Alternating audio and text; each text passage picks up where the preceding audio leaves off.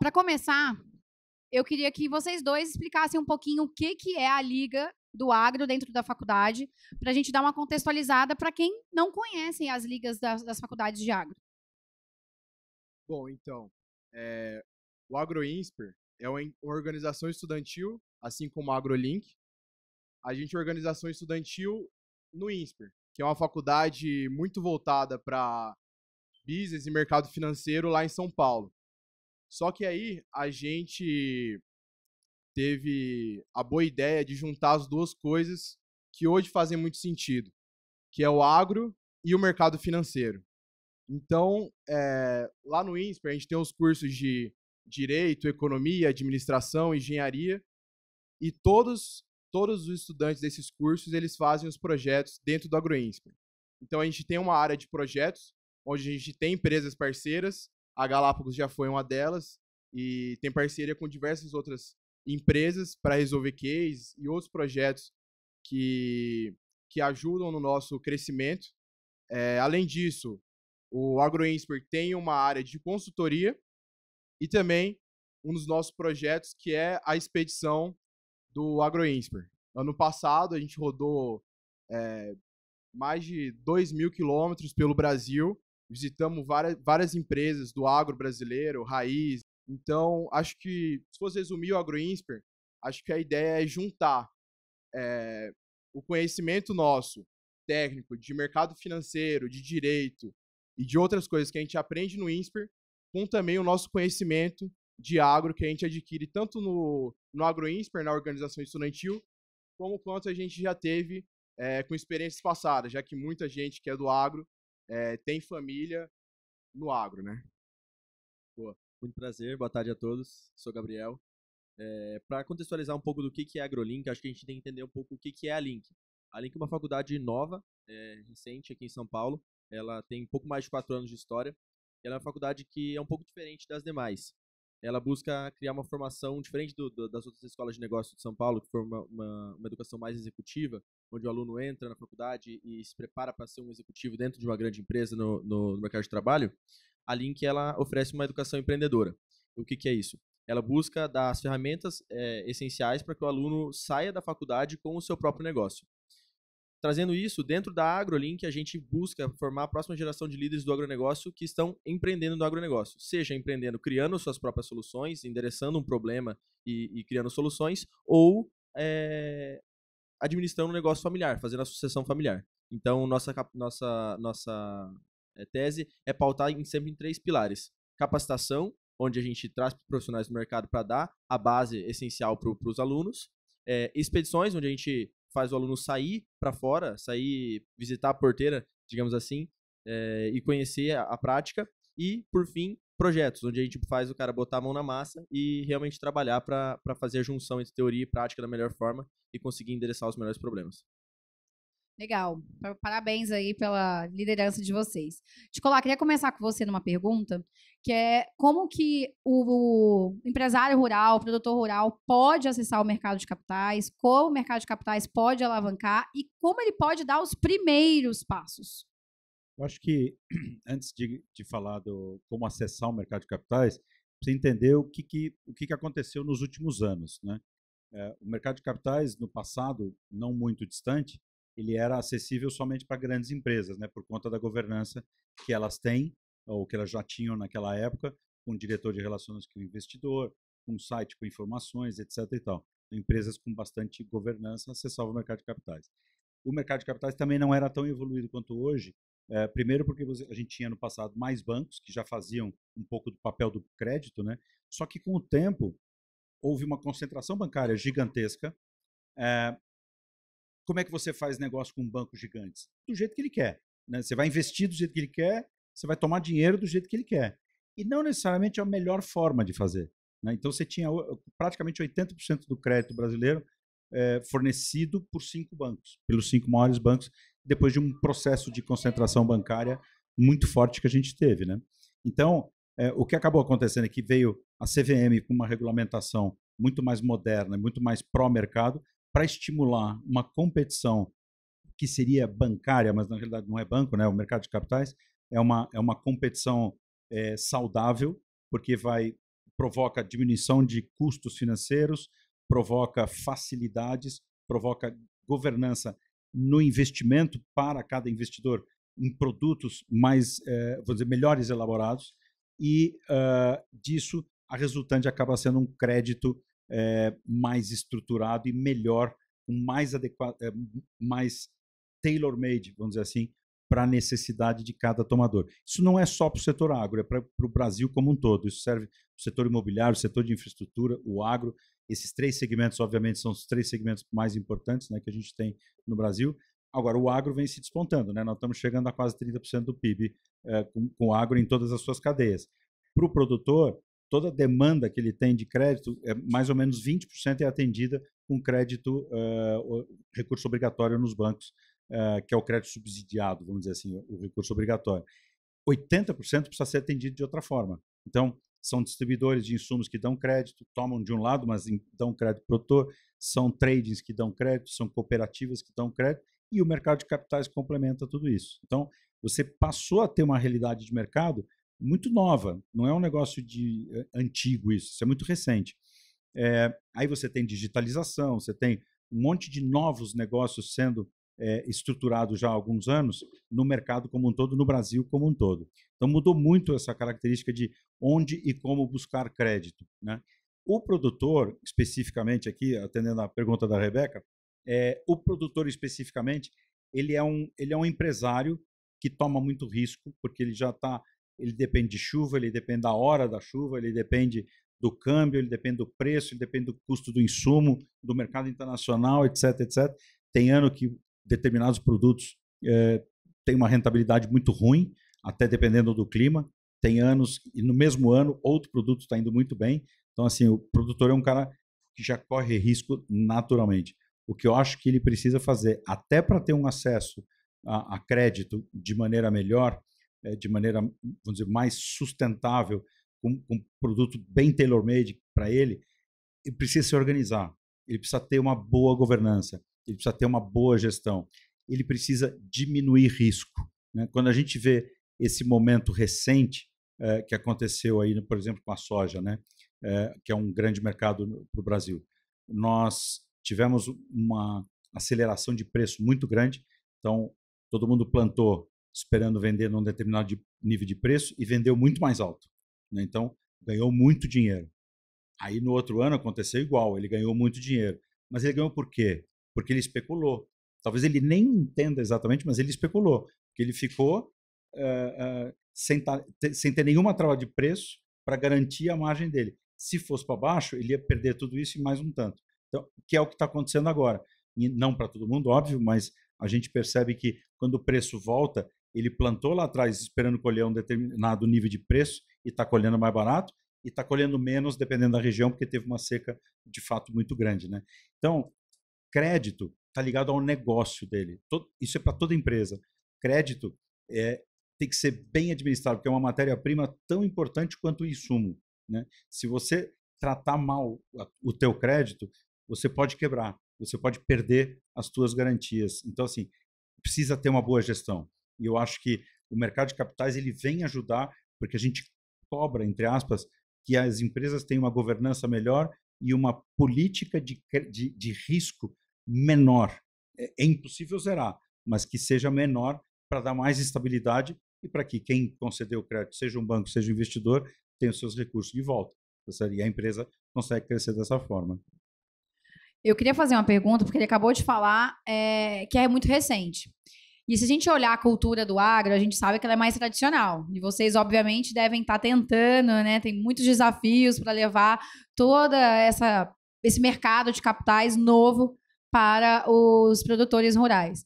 Quais são os desafios, e aí é para os dois, que vocês estão vendo para levar inovação, para levar acesso ao mercado de capitais para a geração mais antiga do agro? Questão de sucessão mesmo. Então, como você bem falou, o pessoal do agro ele é mais conservador, assim dizer. Acho que o Ticolá deve saber bem o relacionamento com o cliente, como é difícil você levar uma coisa nova para um produtor, ou seja, para um empresário do agro. não só na cadeia do produtor, mas na cadeia inteira do agro. Então, eu acredito que, como até como o Ticolá falou, uma questão um pouco de governança e do mercado de capitais cobrando um pouco desse produtor, desse empresário, que existe uma necessidade por inovar, uma necessidade por melhorar as operações e também uma questão que auxilia muito e é fundamental para que o produtor, o empresário, ele tenha o acesso ao mercado de capitais, é a governança, como o Nicolás falou, mas assim, numa questão mais de ter a confiança e ter um bom relacionamento com o banco, com a Galápagos, por exemplo, de ter as informações bem claras. Que eu acho que esse é um dos pontos principais de você pedir um balanço para o produtor, ele te dá o balanço correto e você ter confiança naquilo ali. Porque eu acredito que no final do dia, o crédito ele vai muito mais da confiança que você tem no que o empresário ele pode retornar aquele dinheiro. Boa. Acho que a gente, quando fala de sucessão, inovação e acesso, a gente entra sempre em uma dualidade, que é a nova geração entrando com esse espírito inovador, com esse espírito de querer mudar o mundo, de querer fazer tudo da forma diferente, e muitas vezes o patriarca querendo manter as coisas da forma como estão. Por que mudar se eu fiz isso por 20, 30, 40 anos e sempre deu certo? Mas acho que a grande questão é justamente a gente conseguir capacitar os nossos jovens e trabalhar na base para a gente conseguir criar uma cultura em que a gente consiga manter a intersecção entre a experiência do mais antigo, a experiência com os cabelos grisalhos de quem passou por tudo que tinha que passar e construiu um grande legado, e juntar isso com a inovação, espírito empreendedor, espírito jovem do jovem que quer mudar o mundo. Então, acho que a grande conexão ela está centrada na base, a gente conseguir capacitar os nossos jovens cada vez mais, e acho que esse é o nosso trabalho lá na liga e na faculdade, conseguir capacitar nossos jovens cada vez mais para a gente conseguir fazer com que esses sucessores, que inevitavelmente vão assumir negócio da família e vão começar a liderar os seus próprios negócios, sejam realmente líderes e puxem a rédea para si para assumir cada vez mais esse tipo de responsabilidade. Eu acho que até, assim, complementando a pergunta, né, do que vocês estão respondendo, é sobre ESG. Também a geração de vocês olha para o ESG de uma forma muito diferente, né? Embora o agro, a gente falou até, né, mais cedo, que é pop e sustentável, a geração de vocês já olha para isso de uma forma diferente. Como que vocês estão olhando para isso? Quais são as inovações que vocês estão vendo e a perspectiva do ESG para o agro? Do ponto de vista bem jovem, né? Acho que posso puxar essa. O que a gente está buscando trazer como informação para o jovem é principalmente que ele entenda que muitas vezes o que ele vê nas notícias pode não ser verdade. Que o agro brasileiro é sim sustentável, o agro brasileiro é sim referência para o mundo em questão de produção limpa, em questão de produtividade. Então, ensinar eles na base de forma com que a gente consiga mostrar tanto com os dados reais quanto com mão na massa, na prática. Agora, dentro da AgroLink, a gente está realizando um projeto com uma empresa para rastreabilidade de commodity, para a gente conseguir realmente mostrar que, cara, a gente está produzindo de maneira sustentável e para o mundo que vai comprar essa commodity, conseguir entender que essa é uma commodity que vem de um local que é sustentável. Então, acho que o nosso papel é justamente trabalhar na base, com prática e com informação. Bom, e complementando, acho que a gente acredita que a ideia é um pouco essa. O agro brasileiro já é muito sustentável. Cobram muito do agro, de que desmata, de que tem tudo, mas se você pegar o quanto que o Brasil ele tem de floresta e o tanto que ele tem de terra produzida, a gente vê que o Brasil ele preserva muito mais que vários outros países que cobram isso da gente. Então, eu acredito que a questão principal do ESG é uma questão de comunicação. Acho que o que falta é o agro brasileiro se posicionar e se comunicar mostrando o quanto que a gente é sustentável já, em comparação com outros países, com a Europa, por exemplo, e mostrar esse potencial sustentável que é o nosso país. Legal. Voltando um pouco para financiamento, Ticolá, queria que você falasse um pouco das diferenças entre o financiamento tradicional e o acesso do mercado de capitais. Tá, eu acho que financiamento tradicional é aquele feito por bancos, né? De maneira geral, seja um banco grande, seja um banco pequeno, que ele visita o cliente, ele estabelece um limite de crédito e ele empresta com ou sem garantias, dependendo da qualidade de crédito, diferentes modalidades de operações que tenham risco de crédito, né? Pode ser uma fiança, um repasse do BNDES, uma operação de importação, exportação ou financiamento de capital de giro. Então, para tudo tem um produto específico, né? Só que acho que o mercado de capitais, o que ele traz? Ele traz uma redução de custo importante, porque quando você pegava lá há 5, 6, 8 anos atrás, um produtor no Mato Grosso ia na agência do Banco do Brasil e ia pedir um financiamento de longo prazo para ele ter um volume de parcela menor para pagar todo ano, dando a fazenda dele em garantia, dando a produção em garantia. Só que ele saía da agência, ele saía com seguro, ele saía com plano de previdência, ele saía com título de capitalização e, eventualmente, um crédito de curto prazo, né? Então, ele não conseguia aumentar ou melhorar o perfil de captação que ele poderia ter, porque ele tem bons ativos, ele tem boa produção, tem um bom empresário ali, né, que é merecedor de linhas de crédito, mas quando você fala do mercado de capitais, você está falando de uma desintermediação.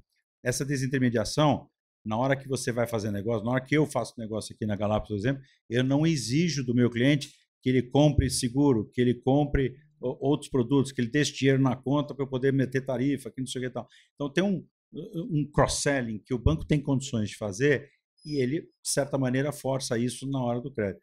A gente não tem esse banco para carregar e nós não temos essa necessidade de rentabilizar o nosso negócio, porque o nosso negócio é diferente. Então, a gente acaba não imputando custos ocultos, né? A gente acaba tirando o intermediador financeiro no meio, que entre o aplicador e o tomador dos recursos, a única coisa que você vai ter é o estruturador de tudo isso, né? Que é um custo muito menor do que um spread bancário, do que um custo de cross-selling, etc. e tal, que se coloca nas operações.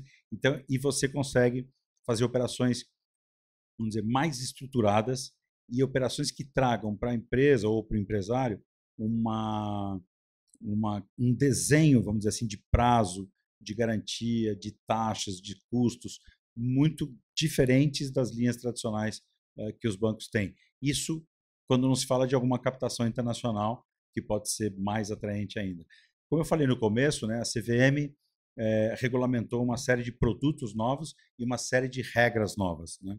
Vou dar um exemplo aqui de um produto que ainda não pegou para valer, mas vai pegar, eu não tenho dúvida, que é uma operação de CRA em dólar, né? Você hoje tem esse produto CRA em dólar, que para o investidor significa colocar dinheiro para ganhar uma boa taxa de juros, que ao invés de pagar para o banco, paga para ele, né? Ele pode ter eventualmente uma garantia, pode ter um recebível quanto uma empresa de primeira linha, o que for, ou seja, uma operação bem segura, isenta de imposto de renda, tanto na variação cambial como no cupom que você coloca de taxa de juros real acima do câmbio. Então, você tem aí, são produtos que são inovadores, que um banco não pode emprestar desta maneira, né? Então, são produtos que o mercado de capitais está evoluindo cada vez mais para que a gente possa estabelecer um equilíbrio, né, de tipos de operação para cada negócio. Esse assunto é super importante. Eu tenho até agendado um bate-papo numa entidade exatamente sobre isso, junto com um advogado, para a gente falar as diferenças entre as linhas tradicionais e as linhas de mercado de capitais, porque elas são bastante complementares, mas são bastante diferentes, o que é muito bom para a cadeia produtiva como um todo. Eu acho que ainda permanecendo nesse assunto de financiamento, e é um assunto que acaba sendo um pouco mais delicado, que esse ano foi um ano desafiador, está sendo um ano desafiador para o agro, né? Com as inúmeras RJs acontecendo. Eu queria que vocês falassem um pouco como que essas empresas, os empresários rurais, os produtores rurais, poderiam ou podem evitar, justamente porque a gente tem que entrar mais ainda no mercado de capitais, vai crescer cada vez mais, mas o mercado vai precisar se ajustar, os empresários rurais vão precisar se ajustar, né? E o que vocês estão fazendo, olhando e contribuindo para isso? Acho que a gente olha muito para a gestão. A gente acredita que a gestão ela precisa se profissionalizar cada vez mais. para que a gente consiga fazer com que a futura geração tenha a capacidade de executar as atividades necessárias e consiga ter uma saúde financeira e próspera a longo prazo para as companhias. Porque a gente olha muito para a sucessão dentro da liga, a gente busca muito capacitar o nosso membro para que ele consiga entender que existem diversos mecanismos financeiros que ele pode acessar e que ele pode influenciar a decisão da família a acessar, que podem garantir a subsistência da família a longo prazo. A gente entende que você falou do Mato Grosso, eu sou de Sorriso, Mato Grosso, o maior município produtor de soja do Brasil. E eu conheço amigos meus produtores rurais que são enormes e dificilmente acessam o mercado para fazer um tipo de hedge, para fazer algum tipo de operação. Agora você precisa apresentar isso para a gente fazer negócio. Boa. Mas a gente vê que isso está muito relacionado com a capacidade de gestão. O produtor rural brasileiro, por mais que ele tenha esse estereótipo do homem conservador, ele, no fundo, ele é um homem que toma muito risco. Ele, basicamente, hoje, a gente estava falando no podcast, ele enterra capital, reza para chover para depois conseguir vender uma commodity. À espera de um milagre. Exato. Então, ele já toma bastante risco o suficiente. Então, nada mais justo do que a gente ajudar da forma como a gente pode, capacitando a futura geração dele para que ela seja uma geração que entenda como acessar esse tipo de instrumento para garantir que a família prospere a longo prazo. Bom, e completando um pouco, acredito que bem relacionado com a gestão, é uma operação bem feita, né? Eu acredito que o cenário que a gente está hoje, principalmente de clima, e o cenário dos preços das commodities, isso acontece e o que vai fazer com que esse produtor ele passe desse momento, sobreviva e consiga estar bem no momento que o cenário estiver bom, é ele ter uma boa operação, ele ter um bom relacionamento com o banco, para ele conseguir ter uma flexibilidade maior no crédito, na dívida que ele tem ali. Então, acho que é uma questão um pouco de mostrar que é uma operação bem redonda, de mostrar que esse produtor, quando o cenário reverter, ele vai conseguir trazer de volta o investimento que foi feito nele. Então, eu acredito que é basicamente isso. Do seu lado, Ticolá, porque eles são do lado ali de quem toma crédito e do lado de quem dá crédito. Então, essa é sempre a grande diferença, né? Mas eu digo assim, esse ano, como a Rebeca falou, né, é um ano bastante desafiador, né? Que foi um ano em que a curva de preço inverteu e inverteu num momento de clima complicado. Puta, pegou muita gente de calça curta, tem regiões enormes que o pessoal replantou, correu todo o risco e mesmo assim ainda teve uma quebra de safra muito grande. Quer dizer, esse risco não tem como não correr, né? Quando você faz a operação de crédito, você corre um determinado risco com aquele cliente.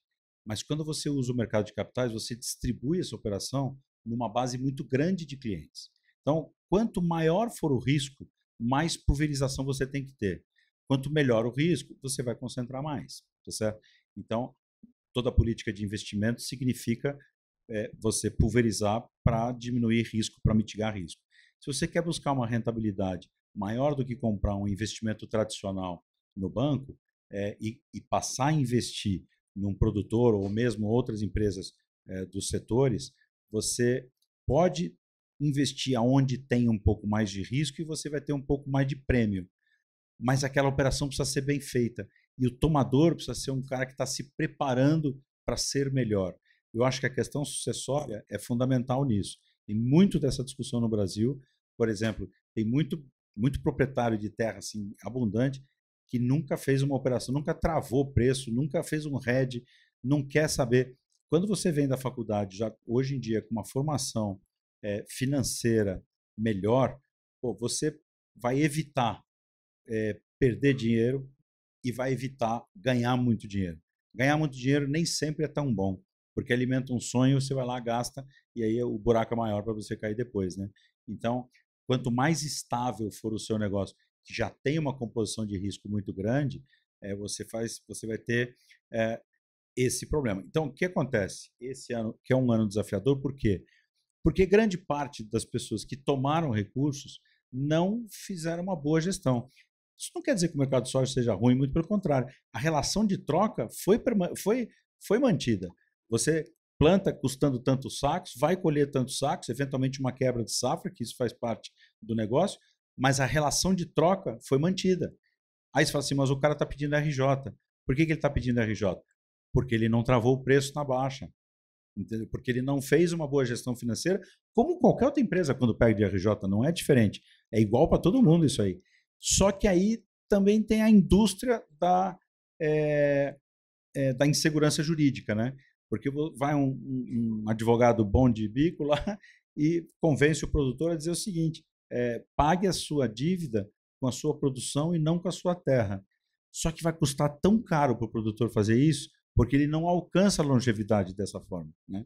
Então, eu acho que tudo que a gente tem visto aí de grandes RJs, na realidade, eram modelos de negócio que não estavam bem preparados, que o próprio credor não percebeu isso no momento de dar crédito. E quando você vê um momento exuberante como a gente teve aí nos últimos anos, pô, dar crédito e fazer, fica muito bom. Na hora que embica, é que aí aparecem os defeitos daquele negócio. Mas você tem que avaliar muito o modelo de negócio, avaliar a sucessão, avaliar a governança, avaliar a modernidade, né? Quanto tem de tecnologia embarcada na operação daquela pessoa, você tem que avaliar tudo.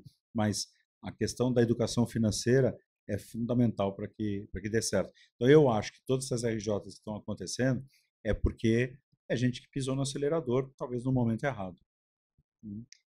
Bom, mudando de assunto, falando um pouco de inovação, as duas faculdades, né, são referências em formar grandes empreendedores. Eu queria perguntar para vocês sobre as startups que podem estar surgindo nas ligas, o que vocês estão olhando, se já surgiu, né, e como que elas estão. Bom, então, primeiro comentar que o INSPER é uma entidade um pouco diferente da Link. Acredito que muitos estudantes do INSPER eles têm uma vocação para o empreendedorismo, mas, ao mesmo tempo, existe uma vocação muito grande para o mercado financeiro, o mercado de capitais. Então, o que mais acontece é a gente vendo as novas inovações, vendo novas empresas, analisando e vendo o que faz sentido no cenário hoje. Então, vários projetos que a gente faz no AgroInsper, a gente busca entender as empresas e as novas inovações que existem no agro. Esse semestre, no projeto de mercado financeiro, a gente está olhando implementos agrícolas, agricultura de precisão, que é um setor que vem crescendo bastante. Além disso, a gente tem um projeto também de insumos biológicos, que vem crescendo muito no Brasil. A gente acredita que tem um crescimento muito grande, mas em questão de novas empresas dentro do INSPER, não é uma vocação tão grande quanto que tem na Link, mas eu acredito que a ideia principal nossa é chegar no mercado financeiro, entendendo muito bem das novas inovações que tem no agro, entender quais são os caminhos e os principais drivers do setor para a gente estar investindo e estar inserido nos principais setores do agro. Boa. Acho que só para complementar aqui, a gente está olhando muito para as novas tecnologias emergentes que estão surgindo. Falei mais cedo no podcast, inteligência artificial chegou para ficar. A gente está vendo muitas startups nascendo com esse viés já, de você conseguir monitorar para monitoramento de praga, para monitoramento de lavoura via satélite, para análise de crédito também. As agrifintechs também estão surgindo, principalmente na área de crédito, estão chegando para mostrar serviço. A gente está vendo muito dessas novas tecnologias aqui dentro e nos capacitando com os investidores das startups. A gente está tendo algumas capacitações com fundos de venture capital que investem nessas startups e que estão nos contando sobre essas inovações que estão surgindo. Falando sobre startups sendo criadas dentro do nosso ecossistema, a gente tem algumas startups em fase inicial, mas acho que uma que vale a pena falar é que conecta justamente esse ponto de inovação em startup com o ESG que você comentou há pouco. Uma das nossas empresas que está surgindo é uma empresa que faz a rastreabilidade dos gases de efeito estufa emitidos pelos fornecedores de grandes frigoríficos, que já está vendendo, inclusive, para um grande frigorífico. Então, acho que é muito legal a gente conseguir ver que está dando certo o que a gente planejava de conseguir fazer com que os nossos alunos não só aprendam na prática, mas também comecem a executar, criando soluções, criando negócios. E ainda mais quando conecta inovação com sustentabilidade. Legal. Bom, vamos para as considerações finais. Queria que vocês falassem um pouquinho, né, deixassem um recado aí de todo o trabalho que vocês têm feito E também, se você quiser falar um pouco sobre as perspectivas do agro. Então, pode começar vocês, eu falo. Em cima. Bom, então, primeiramente queria agradecer o espaço aqui um pouco para falar sobre o AgroInsper, né, que é uma entidade que vem crescendo bastante. A gente tem diversos projetos que têm como ideia capacitar os nossos membros para ser o futuro do agro no Brasil, seja no mercado financeiro, seja fazendo a sucessão de vários negócios que muitos estudantes possuem na família. Então, eu queria agradecer, falar que acompanhem o AgroInsper. A gente tem diversos meios de comunicação. Como eu falei, um dos nossos principais projetos é a expedição AgroInsper, que no ano passado a gente fez uma expedição televisionada no canal Rural. Em breve vai vir a próxima expedição. Espero que vocês estejam atentos aí e possam assistir. Eu também quero agradecer demais o espaço que vocês nos deram hoje, tanto no podcast quanto aqui. Acho que o que vale falar é mais um recado para todos os jovens, de maneira geral, não só o jovem que está na Link ou em qualquer universidade.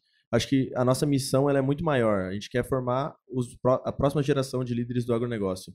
E a gente só vai fazer isso se a gente tiver união, se a gente tiver uma massa grande de jovens que está interessada em mudar o agronegócio, que está interessada em transformar o agronegócio para melhor, que está interessada em se capacitar, em estudar e em empreender. Então, a gente entende que momentos como esse, de estar aqui com vocês, é essencial para essa jornada. A gente entende que estar presente nessas ligas é essencial para essa jornada e a gente quer sempre promover cada vez mais e mais possíveis parcerias com a AgroInsper, por exemplo, diversas outras entidades, porque a gente entende que só a união de jovens vai conseguir fazer com que a gente, assim como a gente falou hoje cedo, tenha orgulho, consiga bater no peito e sentir orgulho do agronegócio, porque o que mais falta é essa juventude de hoje em dia estar presente e tomar as rédeas e ser protagonista.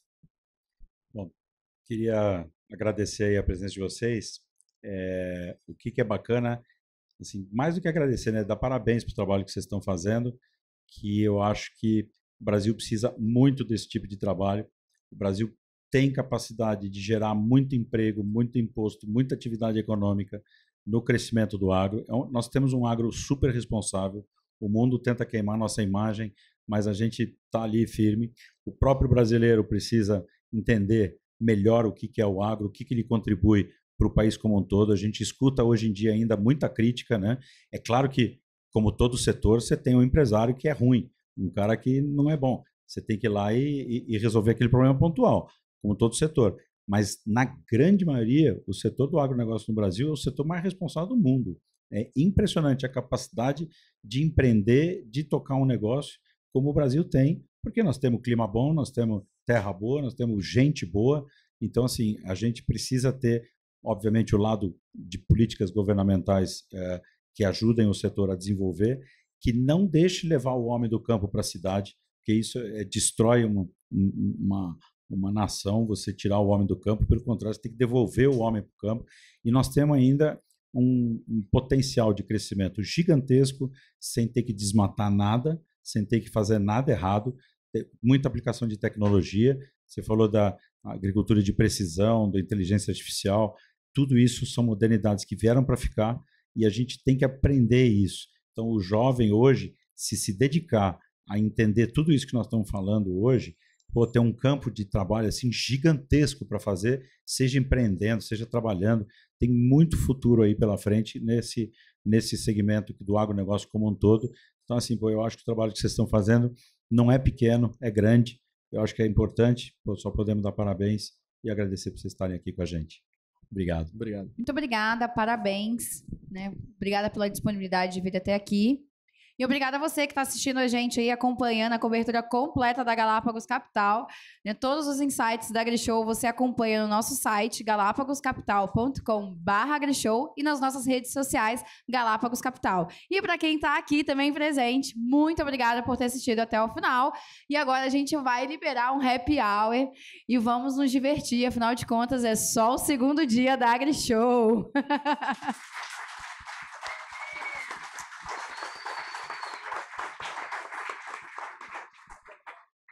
Obrigada, meninos. Obrigado.